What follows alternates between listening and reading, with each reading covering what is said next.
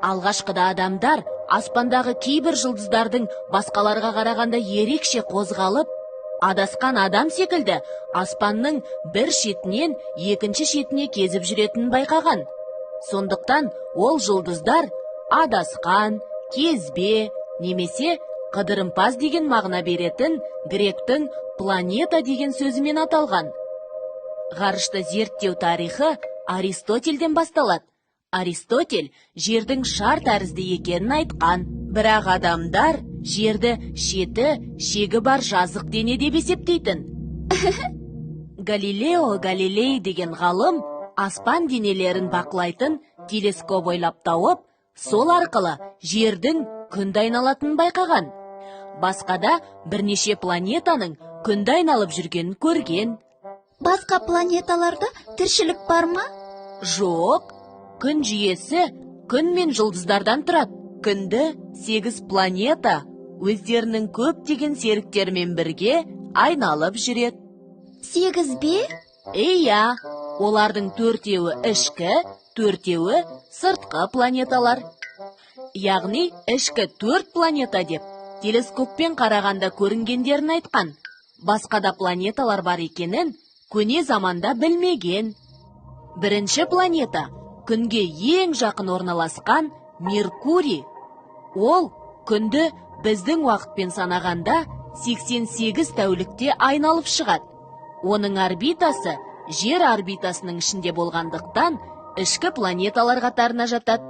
Ол күнге өте жақын орналасқандықтан температурасы өте жоғары. Күн жүйесіндегі екінші ішкі планета Шолпан.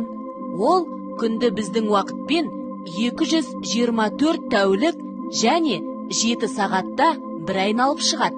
Шолпанда үнемі жел соғып, бұлт басып тұрады. Ол күйіп тұрған тастар мен жанартаулардан тұрады. Бұл да ыстық планета. Күннен қашықтығы жағынан үшінші тұрған планета Жер. Бұл планета бетінде тіршіліктің бар болуымен ерекшеленеді.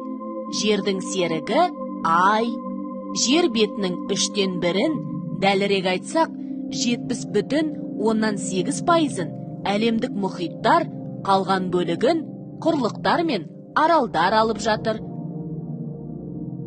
4-ші планета Марс. Бетінің қызылдығына байланысты оны қызыл планета деп те атайды. Ол көптеген жанартаулардан, аңғарлар мен құла түздерден тұрады. 5-ші планета күн жүйесіндегі сыртқы планеталар қатарына жататын Юпитер. Бұл өте ірі газ алыбы. Онда үнемі теңіз дауылы соғып, найзағай ойнап тұрады. Оның бетінде көрінетін үлкен қызылдақ алып теңіз дауылы. Демек, планеталар күннен алыстаған сайын суық болып, өмір сүру мүмкіндігі болмайды екен ғой. Иә, қалған 3 планетада сондай ірі. Сатурн өзін қоршаған сақинасымен әйгілі. Сақина планетаның өзімен түйіспейді. Олар тастар мен мұздардан тұрады. Уранның кішкентай жіңішке сақинасы бар. Оның қозғалысы басқа планеталардікіне ұқсамайды. Қырынан жатқызып қойғандай қалыпта. Уранның түсі көгілдір. Онда жылдамдығы секундына 240 метр болатын жел дамылсыз соғып тұрады. Нептун күн жүйесіндегі күннен ең алыс орналасқан планета. Мұндағы жел урандағыдан да қатты.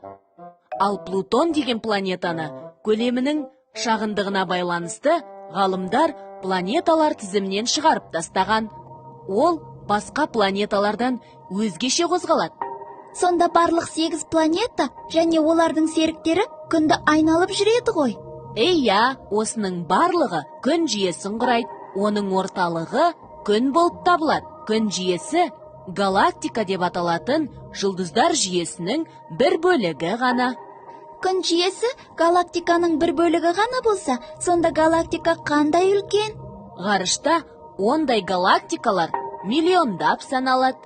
Мәссаған, сонда ғарыш өте үлкен деген сөз ғой. Иә, ғарыш кеңістігі шексіз.